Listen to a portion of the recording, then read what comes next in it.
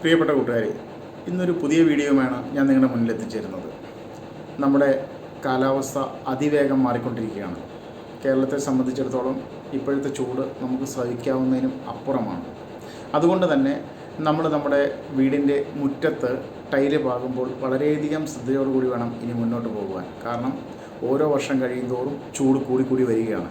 അപ്പോൾ ചൂടിനെ പ്രതിരോധിക്കാൻ പറ്റുന്ന രീതിയിലുള്ള അല്ലെങ്കിൽ ചൂട് കുറയ്ക്കാൻ പറ്റുന്ന രീതിയിലുള്ള സംവിധാനങ്ങൾ നമ്മുടെ മുറ്റത്ത് ഉപയോഗിച്ചില്ല എങ്കിൽ വരും നാളുകളിൽ അത് വളരെ ഗുരുതരമായ പ്രത്യാഘാതങ്ങൾ ഉണ്ടാക്കുമെന്നാണ് എൻ്റെ വിശ്വാസം. അതുകൊണ്ട് തന്നെ കേരളത്തിലിപ്പോൾ ശരിക്കും പറഞ്ഞാൽ ഒരു ട്രെൻഡായി മാറിക്കൊണ്ടിരിക്കുകയാണ് നാച്ചുറൽ സ്റ്റോണിൻ്റെ ഫ്ലോറിങ്. അതായത് പ്രകൃതിയിൽ നിന്ന് ലഭിക്കുന്ന കല്ലുകളാണ് ഇപ്പോൾ കൂടുതലായിട്ടും ആൾക്കാർ മുറ്റത്ത് വിരിക്കുന്നതിന് വേണ്ടി ഉപയോഗിക്കുന്നത്.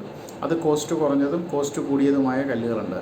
ഈ പ്രകൃതിദത്തമായ കല്ലുകളുടെ പ്രത്യേകത എന്താണെന്ന് ചോദിച്ചു കഴിഞ്ഞാൽ ചൂട്, അതായത് കല്ലിൻ്റെ ഒരു പ്രത്യേകത, നാച്ചുറലായിട്ടുള്ള കല്ലിൻ്റെ പ്രത്യേകത എന്ന് വെച്ചാൽ വളരെ വേഗം ചൂടാകും, വളരെ വേഗം തണുക്കുകയും ചെയ്യും. അപ്പോൾ അതുകൊണ്ട് തന്നെ എന്താ പറയുക, നമ്മളിപ്പം സന്ധ്യ കഴിയുമ്പോൾ തന്നെ, അതായത് വെയിൽ മാറുമ്പോൾ തന്നെ നമ്മുടെ മുറ്റത്തിൻ്റെ ചൂട് കുറയുന്നു. അതോടൊപ്പം തന്നെ അതിൽ എന്താ പറയുക, അതിൻ്റെ ഗ്യാപ്പിൽ നമ്മൾ ഗ്രാസ് യൂസ് ചെയ്യുമ്പോഴത്തേന്, അത് നാച്ചുറലായിട്ടുള്ള ഗ്രാസ് യൂസ് ചെയ്യാം, ആർട്ടിഫിഷ്യൽ ആയിട്ടുള്ള ഗ്രാസുകൾ യൂസ് ചെയ്യാം.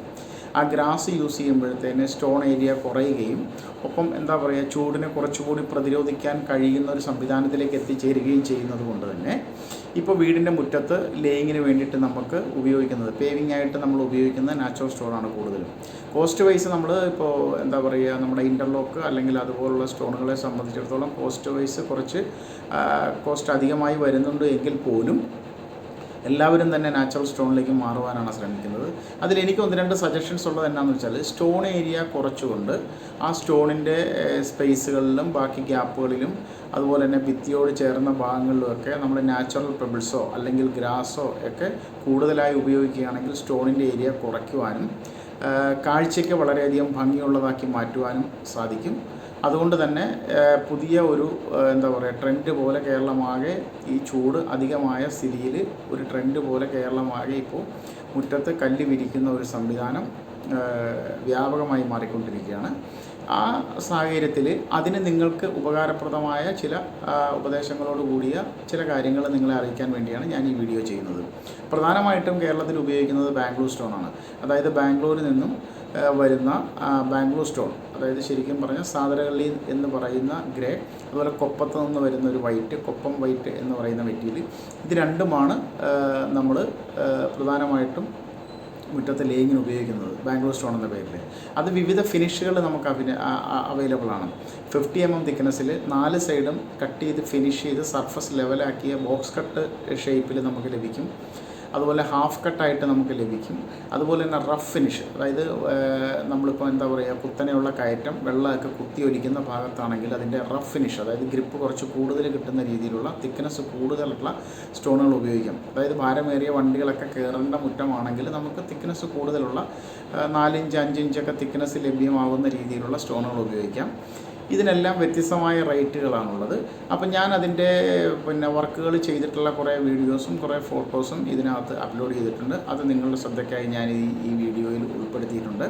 പ്രധാനമായിട്ടും താണ്ടൂർ എന്ന് പറയുന്ന സ്റ്റോൺ, അതായത് ആന്ധ്രയിലെ ഹൈദരാബാദിനടുത്തുനിന്ന് വരുന്ന താണ്ടൂർ എന്ന് പറയുന്ന സ്റ്റോണും കടപ്പ സ്റ്റോണും ബാംഗ്ലൂർ സ്റ്റോണുമാണ് നമുക്ക് കോസ്റ്റ് കുറച്ച് മുറ്റത്ത് വിരിക്കാൻ പറ്റുന്ന സംവിധാനം. പിന്നെ ഗ്രാനൈറ്റിൻ്റെ തന്നെ കോബിൾ സ്റ്റോൺ, അതായത് 4 ഇഞ്ച് 4 ഇഞ്ച് 6 ഇഞ്ച് 6 ഇഞ്ച് സൈസിൽ, ചെറിയ സൈസിൽ ഷേപ്പ് ചെയ്തെടുത്ത കല്ലുകളുണ്ട്. അത് കോസ്റ്റ് വൈസ് കുറച്ച് കൂടുതലാണ് റേറ്റ് വരിക. ഇതെല്ലാമാണ് ഇപ്പോൾ വ്യാപകമായിട്ട് നമ്മുടെ നാട്ടിൽ മുറ്റത്ത് ലേയിങ്ങിന് വേണ്ടി ഉപയോഗിക്കുന്നത്. അപ്പോൾ അതിൻ്റെ കുറച്ച് വീഡിയോകളും കാര്യങ്ങളും എങ്ങനെയാണ് അത് ഉപയോഗിക്കേണ്ടതെന്നൊക്കെ സംബന്ധിച്ച് കുറച്ച് കാര്യങ്ങളോട് ഉൾപ്പെടുത്തിയിട്ടുള്ളൊരു വീഡിയോ ആണ്. ഈ വീഡിയോ നിങ്ങളെല്ലാവരും ശ്രദ്ധിക്കുമെന്ന് ഞാൻ വിശ്വസിക്കുന്നു. അങ്ങനെ ഗ്രാനൈറ്റ് വണ്ടർ വേൾഡിൻ്റെ മറ്റൊരു എപ്പിസോഡിലേക്ക് ഏവരെയും സ്വാഗതം ചെയ്തുകൊണ്ട് ഞാൻ അതിൻ്റെ കുറച്ച് വീഡിയോസും കാര്യങ്ങളും കാണിച്ചുകൊണ്ട് കുറച്ച് വിവരണങ്ങൾ നിങ്ങൾക്ക് നൽകാം. നിങ്ങൾക്കത് ഉപകാരപ്രദമായി തീരുമെന്ന് ഞാൻ വിശ്വസിക്കുന്നു.